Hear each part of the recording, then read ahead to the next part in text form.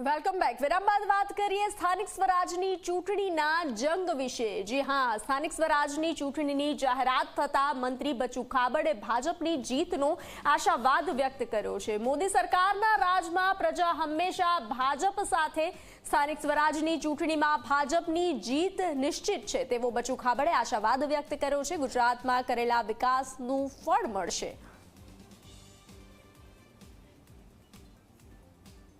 કરી છે। આજે પાર્ટ 2 આવાસની પણ ભારત સરકારની યોજનાનો સર્વેની કામગીરી પણ અત્યારે કરી રહ્યા છે। 15 ફેબ્રુઆરી સુધી કરવાના છે। જે કાચા મકાનો છે આ વિસ્તારની અંદર, એવા એક એક ગામ ઘેરે ફરીને પણ મારા અધિકારીઓની ટીમ આજે સર્વે કરી રહી છે, જેનાથી આવનારા દિવસોની અંદર આ સમાજના આવાસ વિહોણા લોકોને આવાસ પણ મળી રહે અને તમામ વિભાગમાં પંચાયતની જે યોજનાઓ છે એ યોજનાના કામો પણ આગામી દિવસોની અંદર સમય મર્યાદાની અંદર પૂરું થાય।